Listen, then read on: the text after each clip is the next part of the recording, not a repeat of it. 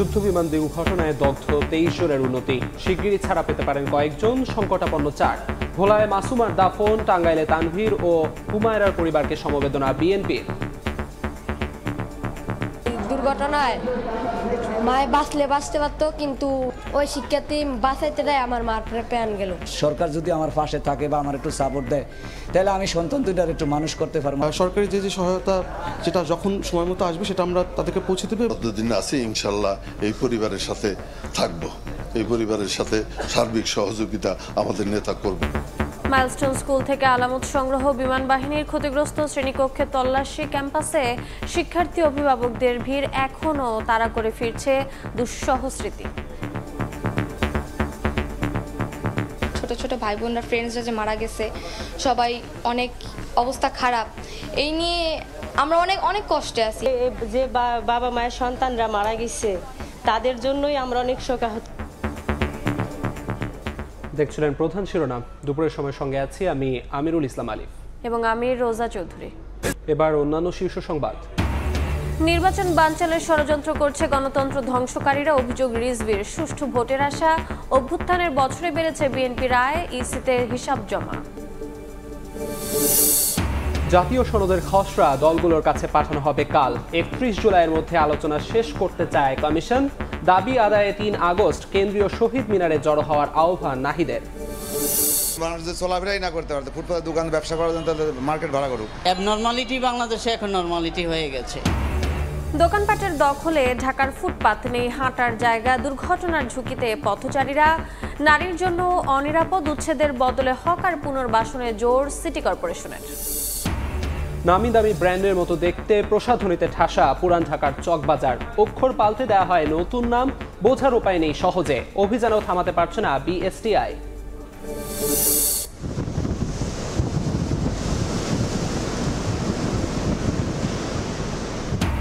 সাগরের উত্তাল ঢেউয়ে ভেঙে পড়ছে ঝাউগাছ, তছনছ রাস্তাঘাট, হুমকিতে বিভিন্ন স্থাপনা।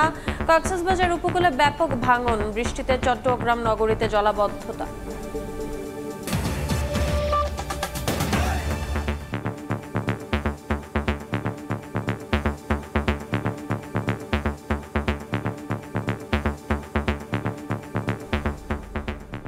মাইলস্টোন ট্র্যাজেডিতে দগ্ধ 36 জন কাতরাচ্ছেন জাতীয় বার্ন ইনস্টিটিউটে। সংকটাপন্ন 4 জন আছেন আইসিইউতে। রোগীদের বিষয়ে করণীয় ঠিক করতে বৈঠক করেছে 4 দেশের বিশেষজ্ঞ চিকিৎসকদের সমন্বয়ে গঠিত মেডিকেল বোর্ড। শারীরিক অবস্থার উন্নতি হলে আগামী সপ্তাহে পর্যায়ক্রমে কয়েকজনকে ছাড়পত্র দেওয়া যেতে পারে বলে জানিয়েছেন চিকিৎসক। একসময় হাজারো স্বপ্ন হাতছানি দিত যে ক্ষুদে শিক্ষার্থীদের, আজ তাদের সব স্বপ্ন যেন ফিকে হয়ে গেছে। এখন শুধু স্বাভাবিকভাবে বাঁচার আকুতি।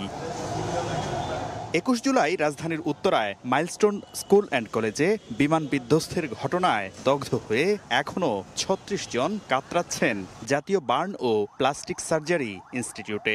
সংকটাপন্ন 4 জনকে রাখা হয়েছে নিবিড় পরিচর্যা কেন্দ্রে। ভর্তি রোগীদের বিষয়ে করণীয় নির্ধারণে রবিবার সকালে জাতীয় বার্ন ও প্লাস্টিক সার্জারি ইনস্টিটিউটে বৈঠক করেন বাংলাদেশ, চীন, ভারত ও সিঙ্গাপুরের বিশেষজ্ঞ চিকিৎসকদের সমন্বয়ে গঠিত মেডিকেল বোর্ডের সদস্যরা।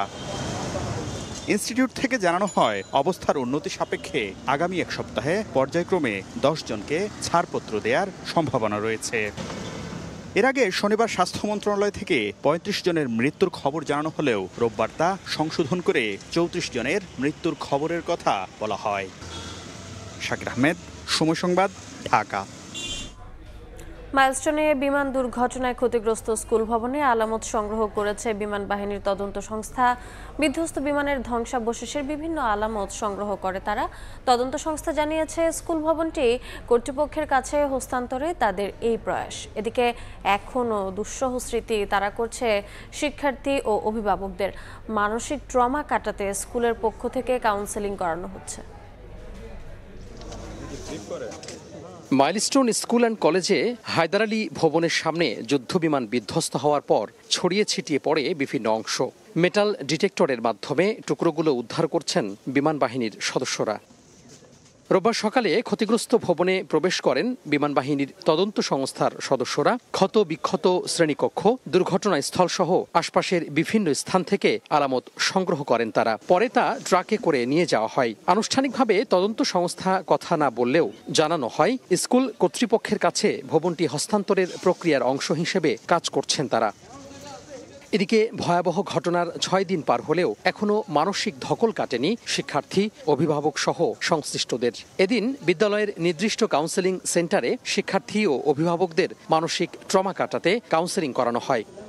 অভিভাবক ও শিক্ষার্থীরা বলছেন স্কুলের ওপর দিয়ে বিমান উড়ে গেলে এখন আতঙ্কে থাকেন তারা। ক্লাস শুরুর জন্য এখনো মানসিক প্রস্তুতি তৈরি হয়নি। বই পড়তেছিলাম তখন এই বিমানটা বিধ্বস্ত হয়েছে, আর তারপর আমি আমার ছোট বোনের ভবনে গেছি। যে বাবা মায়ের সন্তানরা মারা গেছে তাদের জন্যই আমরা অনেক শোকাহত। একটু শব্দ পাইলেই ভয় লাগে যে কখন যেন আবার কি দুর্ঘটনা ঘটে। ছোট ছোট ভাই বোনরা, ফ্রেন্ডসরা যে মারা গেছে, সবাই অনেক অবস্থা খারাপ। এই নিয়ে আমরা অনেক কষ্টে আছি, মানে আমাদের বলার মতো, বোঝানোর মতো না। 2রা আগস্ট পর্যন্ত স্কুলের কার্যক্রম বন্ধ রাখার ঘোষণার কথা জানিয়েছে স্কুল কর্তৃপক্ষ। বিমান বাহিনীর পক্ষ থেকে ক্ষতিগ্রস্ত ভবনটি হস্তান্তরের পর এর ক্ষয়ক্ষতি নিরূপণে কাজ শুরু করেছে সংশ্লিষ্টরা। স্কুল কর্তৃপক্ষ খুব দ্রুত স্বাভাবিক কার্যক্রম শুরুর কথা জানালেও অভিভাবকদের প্রত্যাশা আরেকটু সময় নেওয়া হোক ক্লাস শুরুর বিষয়ে। মাইলস্টোন স্কুল অ্যান্ড কলেজ থেকে তোহা খান তামিম, সময় সংবাদ, ঢাকা। অন্য প্রসঙ্গ, রাজধানীর মহাখালীর ব্র্যাক সেন্টারে সেমিনারে বক্তব্য রাখছেন বিএনপি মহাসচিব মির্জা ফখরুল ইসলাম আলমগীর। সরাসরি চলে যাচ্ছি সেখানে। আমরা অত্যন্ত সচেতনভাবে আমরা সামনের দিকে এগোচ্ছি। আমি শেষ করতে চাই এই বলে যে আপনারা যারা আজকে এই উদ্যোগটা নিয়েছেন খোয়াবের নেতৃত্বে, আপনারা সামনের দিকে অত্যন্ত বলিষ্ঠভাবে এগিয়ে যাবেন, পিছিয়ে যাবেন না। মৌলানা ভাসানীর যে স্পিরিট, সেই স্পিরিটটাকে সঙ্গে নিয়ে আপনারা এই আন্দোলনকে সামনে নিয়ে যাবেন। অবশ্যই সমস্ত জনগণ আপনাদের সামনে থাকবে এবং জনগণ থাকলে আগামী দিনের সরকারগুলো বিশ্বাস করি। ধন্যবাদ সকলকে আমাকে আমন্ত্রণ জানানোর জন্য। ধন্যবাদ। মহাখালীর ব্র্যাক সেমিনারে কথা বলছিলেন বিএনপি মহাসচিব মির্জা ফখরুল ইসলাম আলমগীর। সরাসরি যুক্ত ছিলাম সেখানে। গণতন্ত্র ধ্বংসকারীরা নির্বাচন বানচালে ষড়যন্ত্র করছে বলে অভিযোগ করেছেন বিএনপির সিনিয়র যুগ্ম মহাসচিব রুহুল কবির রিজভী। সকালে রাজধানীর আগারগাঁওয়ে নির্বাচন কমিশন ভবনে দলের 2024 সালের আয় ব্যয়ের হিসাব জমা দেওয়ার শেষে এ কথা বলেন তিনি। এর আগে নির্বাচন কমিশন সচিবের কাছে দলের আয় ব্যয় সংক্রান্ত অডিট রিপোর্ট তুলে দেন রিজভী। রিপোর্ট অনুযায়ী গেল বছর দলটির আয় 15,65,94,842 টাকা, ব্যয় 4,80,04,820 টাকা দেখানো হয়েছে। এ সময় রিজভী সাংবাদিকদের বলেন, অতীতে মেরুদণ্ডহীন লোকদের ইসিতে নিয়োগ দিয়ে কারচুপি নির্বাচন করেছে আওয়ামী লীগ। বর্তমান ইসি সুষ্ঠু নির্বাচন করবে এমনটি প্রত্যাশা করে দলটি। নানা ধরনের চক্রান্ত ষড়যন্ত্রে তারা মেতে উঠেছে। তো এই সমস্ত জিনিস বিষয়গুলিকে আইডেন্টিফাই করে যাতে কোনো ধরনের নির্বাচন বিরোধী, গণতন্ত্র বিরোধী শক্তি কোনো ধরনের চক্রান্ত যাতে করতে না পারে, সেটা তো দেখার দায়িত্ব হচ্ছে অন্তর্বর্তীকালীন সরকারের। তারা সেই কাজটি করবেন। সকল রাজনৈতিক দল এবং গণতন্ত্রকামী মানুষের কাছে একটি আস্থার প্রতিষ্ঠান হিসেবে বর্তমান নির্বাচন কমিশন গড়ে উঠবে বলে এটাও বাংলাদেশ জাতীয়তাবাদী দল প্রত্যাশা করে। মাইলস্টোন ট্র্যাজেডিতে অগ্নিদগ্ধ হয়ে মারা যাওয়া স্কুলের অফিস সহকারী মাসুমা বেগমকে তার গ্রামের বাড়ি ভোলায় দাফন করা হয়েছে। অসহায় পরিবারটির পাশে দাঁড়ানোর অনুরোধ জানিয়েছে স্বজন ও এলাকাবাসী। এদিকে টাঙ্গাইলে মাইলস্টোন ট্র্যাজেডিতে নিহত শিশু তানভীর আহমেদ ও হুমায়রার পরিবারকে সমবেদনা জানান বিএনপির নেতাকর্মীরা। জীবনযুদ্ধে হেরে গেলেন মাইলস্টোন স্কুল অ্যান্ড কলেজের অফিস সহকারী মাসুমা বেগম। কর্মস্থলে শিক্ষার্থীদের জীবন বাঁচাতে গিয়ে হারান নিজের জীবন। শনিবার রাতে মাসুমার মরদেহ গ্রামের বাড়ি ভোলার বোরহানউদ্দিনে পৌঁছালে সৃষ্টি হয় হৃদয় বিদারক দৃশ্যের। স্বজন ও এলাকাবাসীর আহাজারিতে ভারী হয়ে ওঠে পরিবেশ। রোববার সকালে মাসুমা বেগমের জানাজা শেষে লাশ দাফন করা হয়। মাইলস্টোন ট্র্যাজেডিতে অগ্নিদগ্ধ হওয়ার 5 দিন মৃত্যুর সঙ্গে লড়াই করে শনিবার সকালে ঢাকার জাতীয় বার্ন ও প্লাস্টিক সার্জারি ইনস্টিটিউটে চিকিৎসাধীন অবস্থায় মারা যান মাসুমা। শিক্ষার্থীর বাঁচাইতে আমার মার প্রাণ গেল। কিছু নেই যে এক করা জায়গা জমি বেচিয়া ওনা করে যে এই একটা ঘর উঠে দিব এমন কিছু এখন হ্যাঁ মারা গেছে একদিন সরকারিভাবে কোনো অনুদান পায় তাতে এই পুনর্চিত্তে করতে পারে। অসহায় পরিবারটির পাশে থাকার আশ্বাস দেয় স্থানীয় প্রশাসন। তাদের পরিবারের পাশে থাকার জন্য এবং সরকারি যে সহায়তা যেটা যখন সময় মতো আসবে সেটা আমরা তাদেরকে পৌঁছে দেব। এদিকে টাঙ্গাইলের মির্জাপুরে নিহত শিশু তানভীর আহমেদ এবং সখীপুরে শিশু হুমায়রার বাড়িতে গিয়ে তার পরিবারকে সমবেদনা জানিয়েছেন বিএনপির ভাইস চেয়ারম্যান আব্দুস সালাম পিন্টু। এ সময় ঘনবসতি এলাকায় প্রশিক্ষণ ঘাঁটি না রেখে বিকল্প জায়গায় সরিয়ে নেওয়ার আহ্বান জানান তিনি। এখানে এইটা চলছিল তখন হয়তো ঘনবসতি ছিল না, তবে ইদানিং কালে এটা এখানে করা উচিত হয় নাই। এটা তো মধুপুর আছে, বিভিন্ন জায়গায় আছে, তারা সেখানে করতে পারতো। নিহতের পরিবারের সঙ্গে কুশল বিনিময় শেষে কবর জিয়ারত করা হয়। ফাহরিয়া ফারজানা, সময় সংবাদ। যুদ্ধ বিমান দুর্ঘটনায় আহতদের খবর জানতে এই মুহূর্তে জাতীয় বার্ন ইনস্টিটিউটের সামনে আছেন রিপোর্টার শাকির আহমেদ এবং মাইলস্টোন স্কুল অ্যান্ড কলেজের সামনে আছেন সহকর্মী তোহা খান তামিম। সরাসরি প্রথমেই যাচ্ছি শাকিরের কাছে। রাজধানীর উত্তরায় মাইলস্টোন স্কুল অ্যান্ড কলেজে বিমান বিধ্বস্তের পর যে ট্র্যাজেডি, সেই ট্র্যাজেডিতে কিন্তু এখনও পর্যন্ত এই বার্ন ইনস্টিটিউটে 36 জন রোগী ভর্তি আছেন। আমরা যতটুকু জানতে পেরেছি আজ সকাল থেকেই কিন্তু বিশেষজ্ঞ চিকিৎসকদের যে টিমটি রয়েছে বা মেডিকেল বোর্ডটি রয়েছে, সেই মেডিকেল বোর্ডের সদস্যরা কিন্তু রোববার সকালে অর্থাৎ আজ সকালেই বৈঠকে বসেছেন। এখানে বাংলাদেশের পাশাপাশি চীন, ভারত, পাশাপাশি সিঙ্গাপুরের যে বিশেষজ্ঞ ডাক্তার যারা বার্ন চিকিৎসায় আসলে বিশেষজ্ঞ, তারা কিন্তু সেই বৈঠকে অংশগ্রহণ করেছেন এবং এই বার্ন ইনস্টিটিউটে ভর্তি থাকা রোগীদের আসলে পরবর্তীতে কী ধরনের চিকিৎসা দেওয়া হবে তারা সেখানেই সেটি পরামর্শ করেছেন। হয়তো গণমাধ্যমকে ব্রিফ করে সেই বিষয়টি তারা হয়তো আজকেই জানাবেন। এখন পর্যন্ত যতটুকু আমরা আপডেট পেয়েছি সেটির আলোকে যদি বলতে যাই যে 4 জনকে এখন আসলে সংকটাপন্ন অবস্থায় আইসিইউতে রাখা হয়েছে। পাশাপাশি আরেকটি সুখবরও তারা দিয়েছেন যে অবস্থার উন্নতি হওয়ার সাপেক্ষে 1 সপ্তাহে 10 জনকে হয়তো তারা ছাড়পত্র দিতে পারবেন, এমনটাই কিন্তু বার্ন ইনস্টিটিউটের যে চিকিৎসকরা রয়েছেন বা কর্তৃপক্ষ রয়েছে তারা কিন্তু জানিয়েছেন। পাশাপাশি আরেকটি বিষয় বলতে চাই যে এখানে আসলে যারা চিকিৎসা নিচ্ছেন তাদের চিকিৎসা থেকে শুরু করে সার্বিক যে বিষয়গুলো সেগুলো সরকারের পক্ষ থেকে খুব দ্রুততার সঙ্গে পাশাপাশি খুব সতর্কতার সঙ্গে পর্যবেক্ষণ করা হচ্ছে এবং যে খরচ যেটি সেটিও কিন্তু সরকারিভাবে বহন করা হচ্ছে। আমরা দেখতে পেয়েছি এখানে যারা ভর্তি রয়েছেন তাদের চিকিৎসাটি যেন নির্বিঘ্ন হয় সেই ব্যবস্থাটিও কিন্তু বার্ন ইনস্টিটিউট কর্তৃপক্ষের পক্ষ থেকে করা হয়েছে এবং এখানে অযাচিত ভিড় সহ সব ধরনের যে আসলে প্রতিবন্ধকতাগুলো সেগুলো কিন্তু অনেকটাই কমে এসেছে আমরা দেখতে পেরেছি। তো সব মিলিয়ে এখন পর্যন্ত 36 জন ভর্তি রয়েছে। পাশাপাশি যদি বলতে যাই আজ কিন্তু স্বাস্থ্য অধিদপ্তরের পক্ষ থেকে বা স্বাস্থ্য মন্ত্রণালয়ের পক্ষ থেকে 34 জনের মৃত্যুর খবর সেটিও কিন্তু জানানো হয়েছে। তো এই ছিল আমার কাছে বার্ন ইনস্টিটিউট থেকে সর্বশেষ খবর। আমরা আরও খবর জানবো, চলে যাচ্ছি উত্তরায় মাইলস্টোন স্কুল অ্যান্ড কলেজে। সেখানে আছেন আমাদের সহকর্মী তোহা খান তামিম।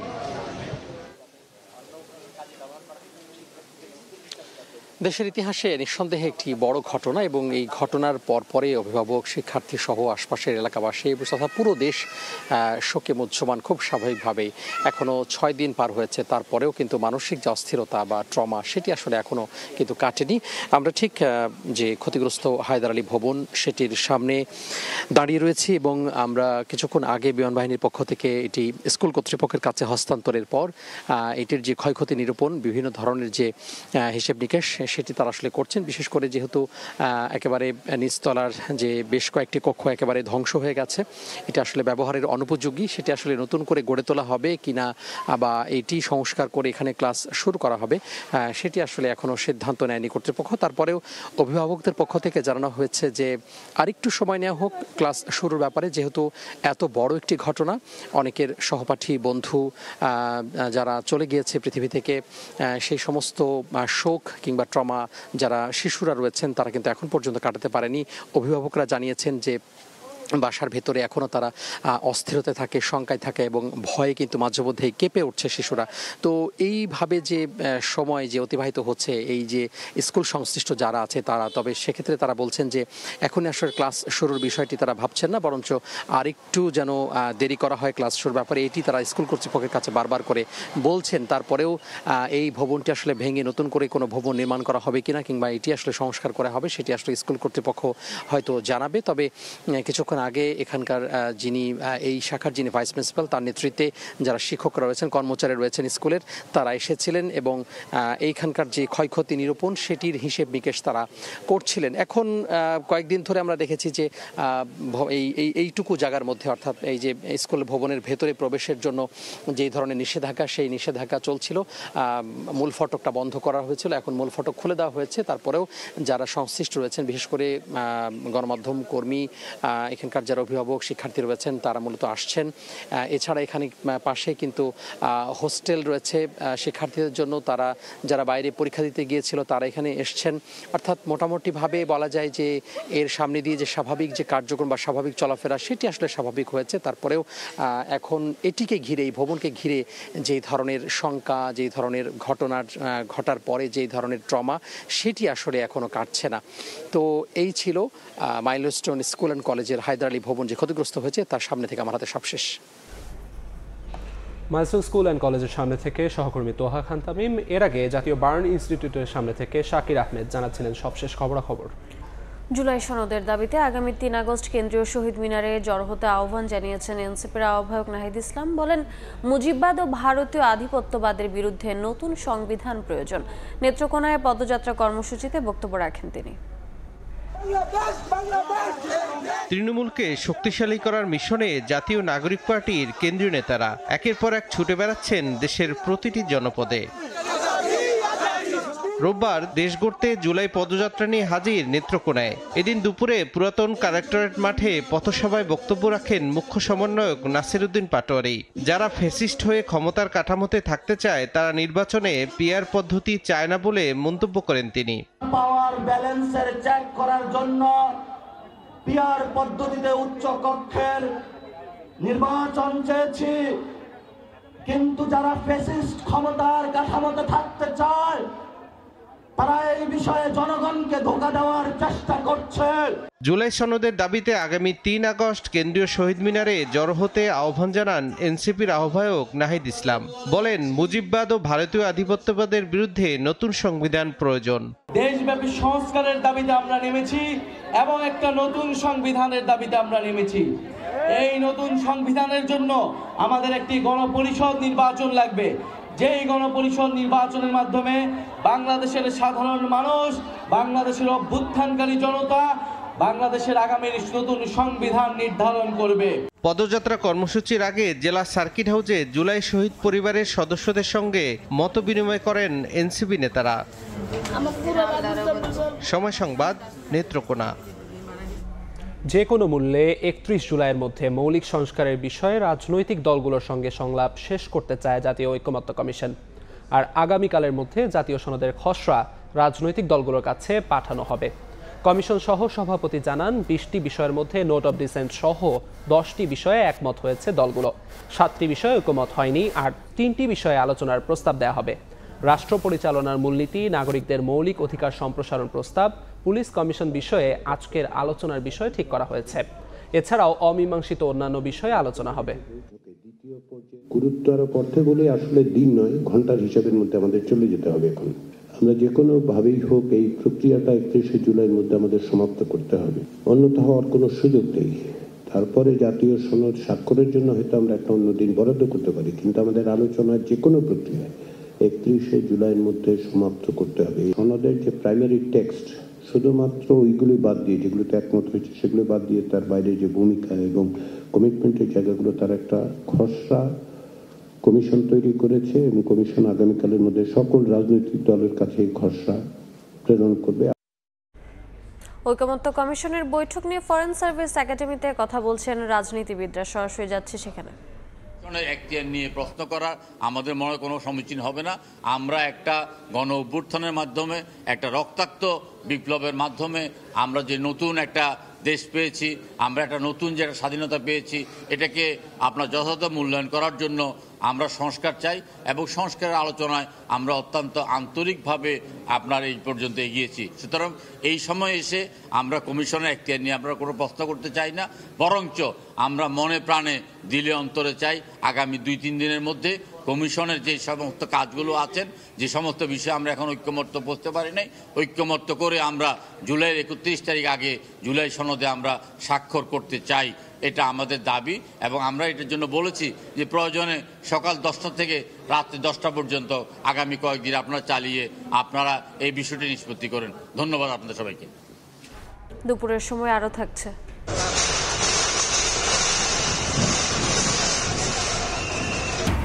অবৈধ স্থাপনা উচ্ছেদে অভিযান। খুলনার প্রবেশদ্বার গল্লামারীতে গুড়িয়ে দেওয়া হলো অর্ধশত দোকানপাট।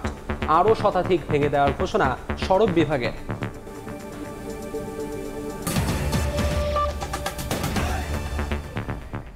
শহরের ফুটপাত যেন এখন পথচারীর নয়, বরং অন্য যে কোনো কিছুর জন্য বরাদ্দ। হাঁটার জায়গা খুঁজতে গিয়ে থেমে যেতে হয়, মোড় ঘুরতেই সামনের দোকান, পার্কিং বা নির্মাণ সামগ্রী। পরিকল্পনাবিদ বলছেন এই বিশৃঙ্খলার মূলেই রয়েছে সমন্বয়হীন নগর পরিকল্পনা। সিটি কর্পোরেশন বলছে উচ্ছেদের বদলে হকারদের পুনর্বাসন জোর দেওয়া হচ্ছে। আশরাফুল ইসলামের ক্যামেরায় তাসনিয়া নিশাত মিমের প্রতিবেদন। হকার, দোকান, গাড়ির পার্কিং, নার্সারি কিংবা নির্মাণ সামগ্রীর দখলে রাজধানীর বেশিরভাগ ফুটপাত। শুধু নেই পথচারীর হাঁটার জায়গা। ঢাকা শিশু হাসপাতালের সামনের ফুটপাত যেন এক বাজার। রোগীর সঙ্গে থাকা স্বজনেরা এখানে খুঁজে পান না হাঁটার জায়গা। মানুষ যে চলাফেরাই না করতে পারতো, ফুটপাতে দোকান ব্যবসা করার জন্য মার্কেট ভাড়া করুক। শহরের ফুটপাত আয় উপার্জনেরও জায়গা। মিরপুর 10 নম্বরে ফুটপাত ছাড়িয়ে সড়কেও ঠেকেছে হকারদের রাজত্ব। পথচারীরা বাধ্য হচ্ছেন ঝুঁকি নিয়ে রাস্তার মধ্য দিয়ে হাঁটতে। ফুটপাত তো নাই, ফুটপাতের পরে রাস্তারও অর্ধেক জায়গা নিয়েছে। মানে অভ্যস্ত হয়ে গেছি। অ্যাবনর্মালিটি বাংলাদেশে এখন নরমালিটি হয়ে গেছে। হকারদের দাবি যথাযথ বিকল্প জায়গা না থাকায় ফুটপাতের বাইরে ব্যবসা পরিচালনা করা সম্ভব নয়। উচ্ছেদ করে উড়ায় আবার বসি। একদিকে জীবিকা নির্বাহের তাগিদ, অন্যদিকে চলাচলের অধিকার। এই দুয়ের টানাপোড়েনে প্রতিনিয়ত হোঁচট খায় শহর। ফুটপাত ব্যবস্থাপনায় নেই কোনো টেকসই সমাধান। হকাররা বলছেন এই ফুটপাতই তাদের জীবিকা নির্বাহের একমাত্র ভরসা।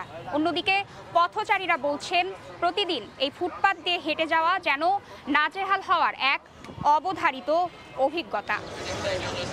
নারীর জন্য দিনে দিনে অনিরাপদ হয়ে উঠছে ফুটপাত। প্রায় জুটছে অশালীন দৃষ্টি, কটু মন্তব্য, ইচ্ছাকৃত ধাক্কা বা গা ঘেঁষে চলা। একে তো ব্যাগ অনেক বেশি সাবধানে রাখতে হয়, বারবার চেক করতে হয়। একবার যাচ্ছে আবার আসছে, মানে সেম লোকটাই, কোনো কাজ নাই, শুধু শুধু মেয়েদের পেছনে ঘুরঘুর করতেছে। মাঝে মাঝে প্রশাসন অভিযান চালালেও ফুটপাত ব্যবস্থাপনায় নেই টেকসই পরিকল্পনা। ঢাকা শহর তো আসলে সারা বাংলাদেশি সকল হকারকে অ্যাকোমোডেট বা ধারণ করতে পারবে না। তাহলে আমাদের সেই পরিকল্পনা দরকার যে কোথায় বসাবো, কোথায় বসাতে দিব না, এবং প্রশাসনকেও সর্বোচ্চভাবেই সেই ডিজাইন এবং প্ল্যানিং অনুযায়ী ফুটপাতকে বসানোর একটা নীতিমালা তৈরি করতে হবে। চলাচলের উপযোগী ফুটপাতের কোনো তথ্য দিতে পারেনি ঢাকা উত্তর সিটি কর্পোরেশন। প্রাথমিকভাবে আমরা তাদেরকে উচ্ছেদ করব, তাদেরকে পুনর্বাসনের জন্য একটা লোকেশন দিয়ে দেব, অথবা তাদেরকে বলবো আপনারা যদি নতুন জায়গায় যেতে না চান, যেটা উত্তরাতে আমাদের প্রশাসক ব্যবস্থা করছেন, তাহলে তারা ভিতরের গিয়ে রাস্তায় যাতে গিয়ে আপাতত তারা বসে। যতদিন না ফুটপাতকে নাগরিকের চলাচলের অধিকার হিসেবে দেখা হবে, ততদিন শহরের হাঁটার পথও রয়ে যাবে সংকুচিত। পরিকল্পনা আর বাস্তবায়নের ব্যবধান কমবে কিভাবে, সেই প্রশ্নেরই উত্তর খুঁজে ফেরে নগরবাসী। তাসনিয়া নিশাত মিম, সময় সংবাদ, ঢাকা।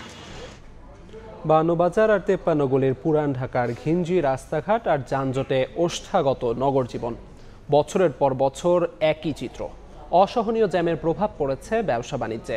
এমনকি রাজধানী ঢাকার অন্যতম প্রবেশপথ সদরঘাট লঞ্চ টার্মিনালেও পড়ছে এর বিরূপ প্রভাব।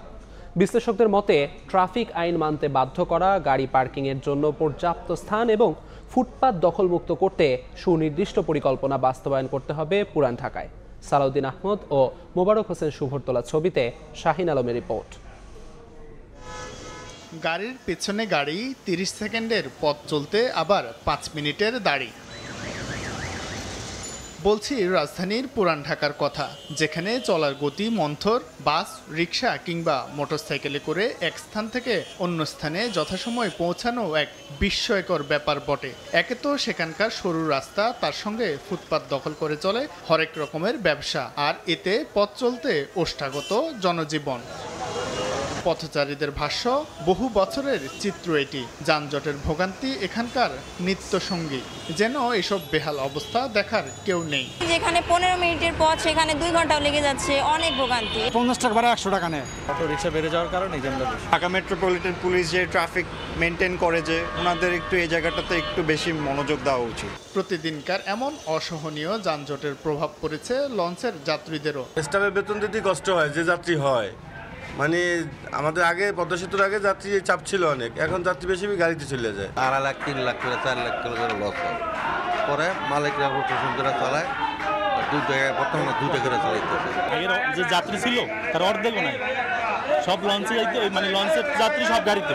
পরিবহন বিশেষজ্ঞের মতে যত্রতত্র পার্কিং, ফুটপাত বেদখল এবং যাত্রী উঠানামার জন্য আলাদা টার্মিনাল করা না গেলে এই সমস্যা সমাধানের উত্তরণের কোনো উপায় নেই। হকার উচ্ছেদ করতে হবে এবং কোনোভাবে যাতে বাস এখানে দাঁড়াতে না পারে বা পার্কিং লোডিং আনলোডিং করতে না পারে, টার্মিনাল তৈরি করতে হবে, অথবা টার্মিনালে তাদের যেতে হবে, দূরে যেতে হবে। আদারওয়াইজ এই জায়গাতে দেখা যাচ্ছে যে আমাদের যানজটটা যখন তৈরি হয়, আপনি পদ্মা সেতু বা অন্যান্য যে আমাদের ফ্লাইওভারের সুফলটা আমরা পাবো না। ঢাকার চেম্বার অফ কমার্সের নেতাদের মতে যানজটের কারণে রাজধানীর পুরান ঢাকার বাণিজ্যিক এবং অর্থনৈতিক গুরুত্ব কমছে প্রতিনিয়ত। পাশাপাশি অসহনীয় এমন জ্যামের ফলে এখানকার ব্যবসা পরিচালনার খরচ বেড়ে দাঁড়িয়েছে কয়েক গুণেরও বেশি। শাহিন আলম, সময় সংবাদ, ঢাকা। বিদেশি লেবেল আর নামি দামি ব্র্যান্ডের মতো আকর্ষণীয় মোড়ক ভালো মতো খেয়াল না করলে চোখ এড়িয়ে যায় নামের বানানের কারসাজি। নেই বিএসটিআইয়ের অনুমোদন, তবুও পাইকারি থেকে খুচরা সব বাজারেই দেদারসে চলছে এসব প্রসাধনী পণ্যের বেচাকেনা।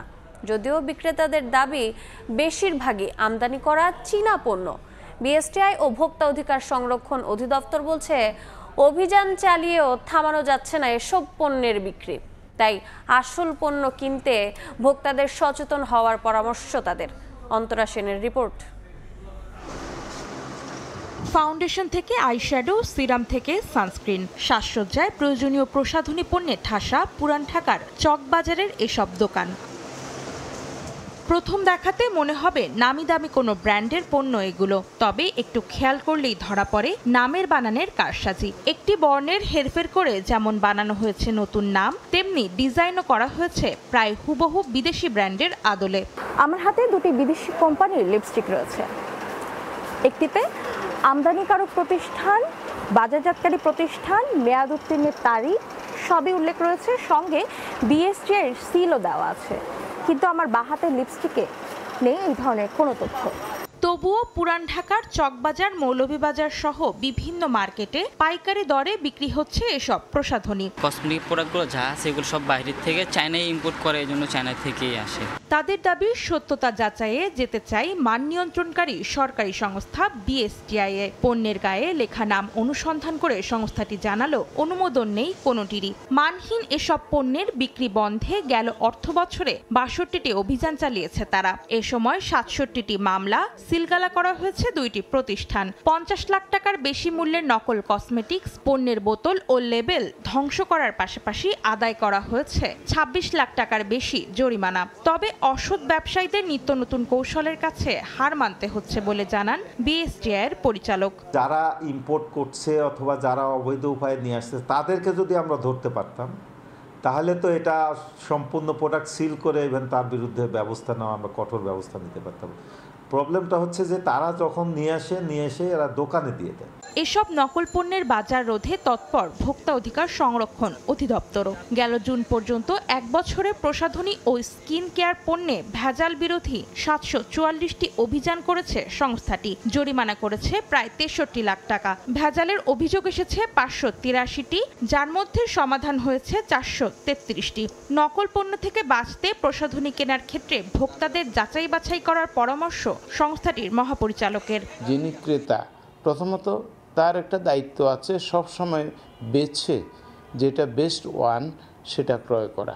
দীর্ঘমেয়াদী ক্ষতির দিক বিবেচনায় ভেজাল প্রসাধনী পণ্যে গোয়েন্দা নজরদারি বাড়ানোর তাগিদ সংশ্লিষ্টদের। অন্তরা সেন, সময় সংবাদ, ঢাকা। গোপালগঞ্জে সংঘাতের ঘটনায় দায়ের করা মামলায় ৯ শিশুকে গ্রেফতারে শিশু আইন সঠিকভাবে প্রয়োগ হচ্ছে কিনা তা তদন্তে কমিটি গঠনের নির্দেশ দিয়েছে হাইকোর্ট। ওই কমিটিকে ৫ নভেম্বরের মধ্যে হাইকোর্টে প্রতিবেদন জমা দিতে বলা হয়েছে। ২ আইনজীবীর করা রিট আবেদনের শুনানি শেষে এ আদেশ দেন বিচারপতি কাজী জিনাত হক ও আইনুন নাহার সিদ্দিকার হাইকোর্ট বেঞ্চ।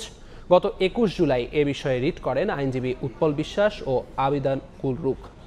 বিবাদী করা হয় স্বরাষ্ট্র, আইন এবং নারী ও শিশু বিষয়ক মন্ত্রণালয় সহ সরকারি ৮ সংস্থাকে। গোপালগঞ্জে এনসিপির সমাবেশকে ঘিরে হামলা ও সহিংসতার ঘটনায় ৫টি হত্যা সহ মোট ১২টি মামলা দায়ের করা হয়েছে। ১০,১৩৭ জনকে আসামি করা হয়েছে আর গ্রেফতার করা হয়েছে ৩১৪ জনকে, যার মধ্যে ৯ জন শিশু। জনতা ব্যাংকের সাবেক চেয়ারম্যান অধ্যাপক আবুল বারকাতকে ২ দিনের রিমান্ডে জিজ্ঞাসাবাদ শুরু করেছে দুদক। দুপুরে কেন্দ্রীয় কারাগার থেকে তাকে দুদকের সেগুনবাগিচা কার্যালয়ে আনেন তদন্তকারী কর্মকর্তা সহকারী পরিচালক শাহজাহান মিরাজ। এর আগে গেল ২৩ জুলাই সিএমএম আদালত সংস্থাটির আবেদনের পরিপ্রেক্ষিতে ২ দিনের রিমান্ড মঞ্জুর করে। চলতি বছরের ফেব্রুয়ারিতে ঋণের নাম জনতা ব্যাংক থেকে অ্যানন্টেক্স ২৯৭ কোটি টাকার বেশি আত্মসাতের অভিযোগে আবুল বারকাত, সাবেক গভর্নর আতিউর রহমান সহ সংশ্লিষ্ট ২৩ জনকে আসামি করে মামলা করে দুদক। সেই মামলায় গত ১০ জুলাই ধানমন্ডি থেকে আবুল বারকাতকে গ্রেফতার করে পুলিশ। কক্সবাজার উপকূলে ৩ নম্বর সতর্ক সংকেত নামিয়ে ফেলতে বলা হলেও এখনও উত্তাল রয়েছে সাগর। জোয়ারের পানি স্বাভাবিকের চেয়ে ৩ থেকে ৪ ফুট উচ্চতায় প্রবাহিত হচ্ছে।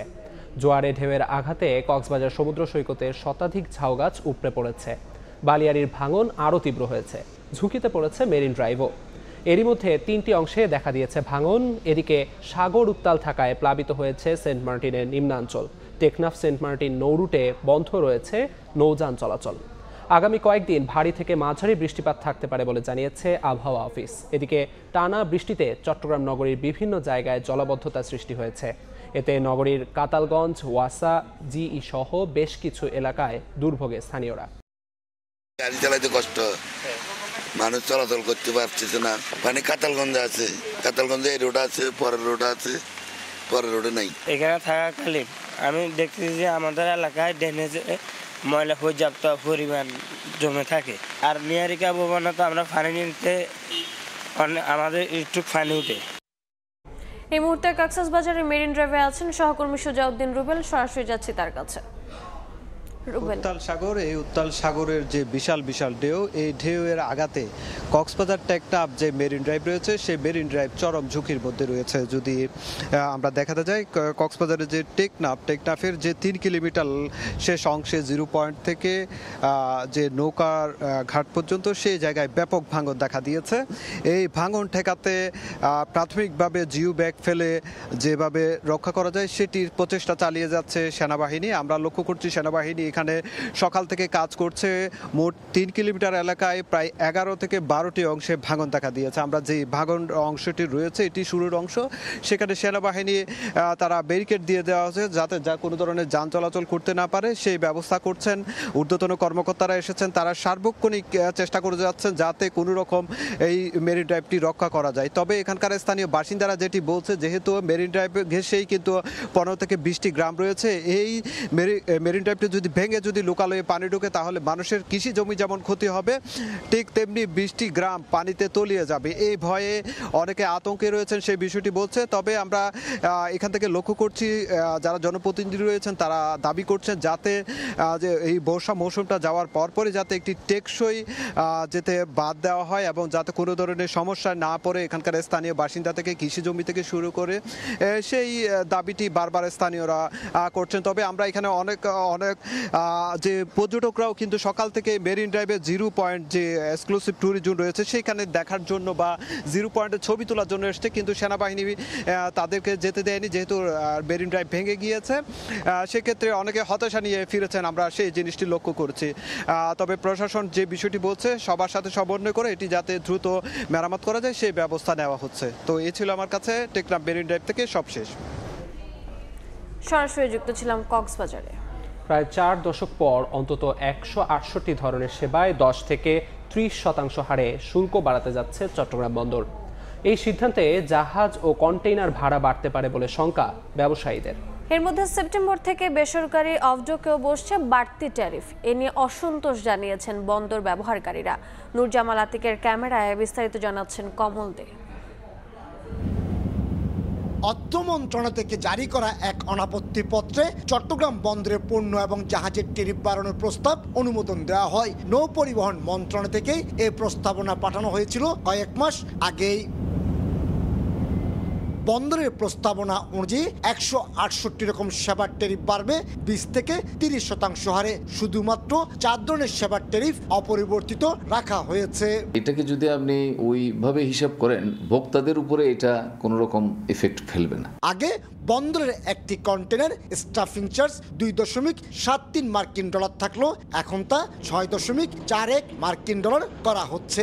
একইভাবে lift on lift off charge বাড়ছে $2.5। বাড়ছে পোর্টের dues, piloting charge, berth hire, storage charge এবং বার্থিং আনবার্থিং চার্জও 30% শুল্ক বাড়াবে এবং এটা আমাদের জন্য প্রচুর একটা প্রেশার হবে। একদিকে বন্দরের ট্যারিফ যেমন বাড়ছে, তেমনি 1 সেপ্টেম্বর থেকে ট্যারিফ বাড়ানোর ঘোষণা দিয়ে রেখেছে বেসরকারি অফডক মালিকদের সংগঠন বিগডা। আর এতেই অসন্তোষ বাড়ছে বন্দর ব্যবহারকারীদের মধ্যে। কোনো কারণে যদি এই রেটটা বৃদ্ধি হয়, সেই রেটের কিন্তু এক ধরনের কুফল কিন্তু আমাদের আমদানিকারকদের উপর এবং রপ্তানিকারকদের উপরে এটা প্রতিষ্ঠিত হবে। এটা স্থগিত করে স্টেক হোল্ডারদের সাথে আলোচনা করে একটা যুক্তির সিদ্ধান্ত নেওয়া হলে ব্যবসায়ীরা স্বস্তি পাবে। অনুমোদিত প্রস্তাবনা অনুযায়ী 10,000 জিএসটি পাইলট চার্জ $800 মার্কিন এবং 20,000 জিএসটি টাগবোট চার্জ $3,450 মার্কিন করা হচ্ছে। তবে বন্দরের ট্যারিফ কোনোভাবে 10% বেশি না করতে আগে চিঠি দিয়েছিল শিপিং এজেন্ট। 10 থেকে 12% আমরা একটু পর্যন্ত আমরা মনে করি যে এই পর্যায়ে যদি সরকার মনে করে সেটা সহনীয় পর্যায়ে হতে পারে। 2024-25 অর্থ বছরে চট্টগ্রাম বন্দর 32,96,000 কন্টেনার এবং 13 কোটি মেট্রিক টন কার্গো পণ্য হ্যান্ডেলিং করেছে। কমল দে, সময় সংবাদ, চট্টগ্রাম। খুলনা নগরীর অন্যতম প্রবেশপথ গল্লামারী সড়কে অর্ধশতাধিক অবৈধ স্থাপনা উচ্ছেদ করেছে সড়ক বিভাগ। অবৈধ স্থাপনার কারণে সড়ক সংকুচিত হয়ে তীব্র জনভোগান্তি ও সেতু নির্মাণে ধীর গতিসহ বিভিন্ন সমস্যার সৃষ্টি হয়। পর্যায়ক্রমে 1.2 কিলোমিটার সড়কটিতে থাকা বাকি 122টি অবৈধ স্থাপনা সরানো হবে বলে জানায় সড়ক বিভাগ। ভেঙে গুড়িয়ে দেওয়া হয় সড়কের পাশে অবৈধভাবে গড়ে তোলা বিভিন্ন স্থাপনা। রোববার সকালে খুলনা শহরের প্রবেশদ্বার গল্লামারী এলাকায় নির্মিতব্য সেতুর দুই পাশে থাকা অবৈধ স্থাপনা উচ্ছেদ শুরু করে সড়ক বিভাগ। দীর্ঘদিন ধরে সরকারি জমি দখল করে কাঁচা, আধা পাকা এমনকি গড়ে তোলা হয় পাকা স্থাপনাও। এতে ব্যাহত হয় সেতুর নির্মাণ কাজ, নগরের প্রবেশমুখে তীব্র হয়ে ওঠে যানজট। সড়ক বিভাগ জানায় সেতুর দুই পাশে 172টি অবৈধ স্থাপনা গড়ে তোলা হয়। মাস জুড়ে মাইকিং, পত্রিকায় গণবিজ্ঞপ্তি, দফায় দফায় ব্যবসায়ীদের সঙ্গে আলোচনা শেষে শুরু হয় উচ্ছেদ কাজ। ব্যবসায়ীরা ভোগান্তি কমাতে উচ্ছেদে সহযোগিতা করলেও অনিয়মের অভিযোগও করেন তারা। কোনো প্রতিবন্ধকতা ছাড়াই তাদের উচ্ছেদ অভিযানটা আমরা সফল করার জন্য আমরা সবাই সচেষ্ট আছি। ওনারা রোডের জায়গা যতটুকু নিচ্ছে ব্রিজের স্বার্থে আমরা তাদেরকে স্বাগত জানিয়ে আমরা সব খুলে দিয়েছি। কেউ বলে যে রোড মাঝখানে না, আর একবার এক সার্ভেয়ার সরকারি আমিন আসে, একবার এক রকম মাপে। তবে সড়ক বিভাগ বলছে প্রতিবন্ধকতা থাকলেও উচ্ছেদ শেষে সেতু নির্মাণ কাজ দ্রুত হওয়ার পাশাপাশি ভোগান্তি কমবে জনসাধারণের। বিভিন্ন নোটিফিকেশনের মাধ্যমে আমরা ব্যবসায়ীদেরকে নোটিশ করেছি, পত্রিকাতে গণবিজ্ঞপ্তি জারি করেছি, তাদেরকে আমরা বোঝাইতে সক্ষম হয়েছি এবং স্থানীয় যে ব্যবসায়ী যারা আছেন তারা প্রত্যেকে ভীষণ সহযোগিতা করেছেন আমাদেরকে। যেই কাজটা করতে আমার বিকেল 5টা লাগতো সেই কাজটা আমাদের 1 ঘন্টার মধ্যে শেষ হয়ে গেছে বলতে গেলে। আর যেটুকু আছে এইটুকু আশা করি আমরা খুব দ্রুত কমপ্লিট করে আমাদের এই যে জায়গাটুকু ঘেরাও করে এখানে একটা স্ট্রাইক ইয়ার্ড হবে, যে মালপত্রগুলো আসবে সেগুলোকে আমরা রক্ষণাবেক্ষণ সব ব্রিজের কাজটি সুন্দরভাবে শেষ করতে পারবো। 67 কোটি 66 লাখ টাকা ব্যয়ে খুলনার গল্লামারী মোড়ে ময়ূর নদীর উপর 2টি স্টিল সেতু নির্মাণের কাজ শুরু হয় 2023 সালের 10 অক্টোবর। তানজিম আহমেদ, সময় সংবাদ, খুলনা। সিরাজগঞ্জে রবীন্দ্র বিশ্ববিদ্যালয়ের স্থায়ী ক্যাম্পাস নির্মাণের দাবিতে বিক্ষোভ হয়েছে। সকালে শাহজাদপুরের বিসিক মোড় এলাকায় অবস্থান নেন শিক্ষার্থীরা। এক পর্যায়ে ঢাকা পাবনা মহাসড়ক অবরোধ করে বিক্ষোভ শুরু করেন তারা। শিক্ষার্থীদের অভিযোগ, দীর্ঘ 9 বছরেও স্থায়ী ক্যাম্পাস নির্মাণ না হওয়ায় বিশ্ববিদ্যালয়ের সুবিধা পাচ্ছেন না তারা। এজন্য স্থায়ী ক্যাম্পাস নির্মাণের দাবি জানান তারা। পরে 1.5 ঘন্টা পর অবরোধ তুলে নেন শিক্ষার্থীরা। দেশের বাইরের খবর। আন্তর্জাতিক চাপের মুখে গাজায় দৈনিক 10 ঘন্টার জন্য অভিযান স্থগিত রাখার ঘোষণা দিয়েছে ইসরায়েল। উপত্যকাটির নির্দিষ্ট এলাকায় স্থানীয় সময় সকাল 10টা থেকে রাত 8টা পর্যন্ত বন্ধ থাকবে হামলা। এছাড়া নির্দিষ্ট রুটে প্রতিদিন ভোর 6টা থেকে রাত 11টা পর্যন্ত চলাচল করতে পারবে ত্রাণবাহী গাড়ি। ইসরায়েলের এই পদক্ষেপকে স্বাগত জানিয়েছে যুক্তরাষ্ট্র। চরম ক্ষুধার যন্ত্রণায় দিন কাটছে গাজার বাসিন্দাদের। খাবার না পেয়ে অনেকেই নীরবে প্রাণ হারিয়েছেন। ত্রাণের জন্য লাইনে দাঁড়ানো মানুষদের ওপর ইসরায়েলি হামলায় বাড়ছে নিহতের সংখ্যা। গেল মার্চ থেকে গাজায় ত্রাণ প্রবেশে ইসরায়েল অঘোষিত নিষেধাজ্ঞা জারির পর থেকেই নেতানিয়াহুর ওপর বাড়ছিল আন্তর্জাতিক চাপ। অবশেষে গাজায় নির্দিষ্ট সময়ের জন্য অভিযান স্থগিত করল ইসরায়েল। এক বিবৃতিতে ইসরায়েলের প্রতিরক্ষা বাহিনী জানিয়েছে, গাজায় দৈনিক 10 ঘন্টার জন্য অভিযান স্থগিত থাকবে। আল মাওয়াসি, দেইর আল বালাহ ও গাজা সিটিতে স্থানীয় সময় সকাল 10টা থেকে রাত 8টা পর্যন্ত বন্ধ রাখা হবে হামলা। একই সঙ্গে নির্দিষ্ট রুটে প্রতিদিন ভোর 6টা থেকে রাত 11টা পর্যন্ত চলাচল করতে পারবে আন্তর্জাতিক সংস্থার ত্রাণের ট্রাক। ইসরায়েলের এমন ঘোষণার পরই মিশর থেকে গাজার উদ্দেশ্যে পাঠানো হয়েছে ত্রাণ। ইসরায়েলের ঘোষণাকে স্বাগত জানিয়েছে যুক্তরাষ্ট্র। মার্কিন পররাষ্ট্রমন্ত্রী মার্কো রুবিও বলেছেন, যে কোনো সময় যুদ্ধবিরতির চুক্তি হতে পারে, তবে এই যুদ্ধবিরতি সাময়িক না স্থায়ী হবে তা স্পষ্ট করেননি মার্কিন পররাষ্ট্রমন্ত্রী। এদিকে ফিলিস্তিন ইসরায়েল সংকট নিরসনে যুক্তরাষ্ট্রের নিউ ইয়র্কে জাতিসংঘের সম্মেলন হতে যাচ্ছে। এখান থেকেই প্রথমবারের মতো আরব রাষ্ট্রগুলো হামাসকে নিরস্ত্রীকরণের আহ্বান জানাতে যাচ্ছে বলে জানিয়েছেন ফ্রান্সের পররাষ্ট্রমন্ত্রী জন-ওয়েল বারো। ফরহাদ চৌধুরী, সময় সংবাদ। যুক্তরাষ্ট্রের ডেনভারে উড্ডয়নের সময় আমেরিকান এয়ারলাইন্সের একটি বিমানের চাকায় আগুন ধরলে বাতিল করা হয় ফ্লাইট। স্থানীয় সময় শনিবার দুপুরে মায়ামিগামী বিমানটি রানওয়ে থেকে উড্ডয়নের সময় হঠাৎ করেই এর নিচের দিক থেকে ধোঁয়া বের হতে দেখা যায়। সঙ্গে সঙ্গেই বন্ধ করে দেওয়া হয় উড্ডয়ন। পরে সামনে ও পেছনের দরজার স্লাইড ব্যবহার করে 173 যাত্রী ও 6 জন ক্রুকে দ্রুত সরিয়ে নেওয়া হয়। ঘটনাস্থলে পৌঁছে আগুন নিয়ন্ত্রণে আনতে সক্ষম হয় দমকল কর্মীরা।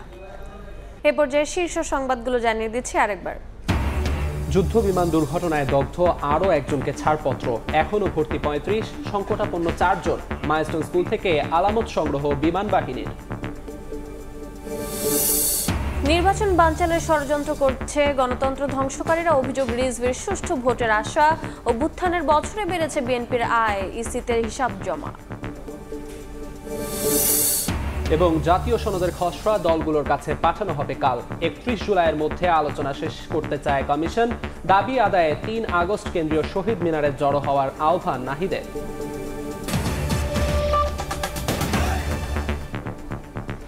এই ছিল দুপুরের সময়। সঙ্গে থাকুন সময়।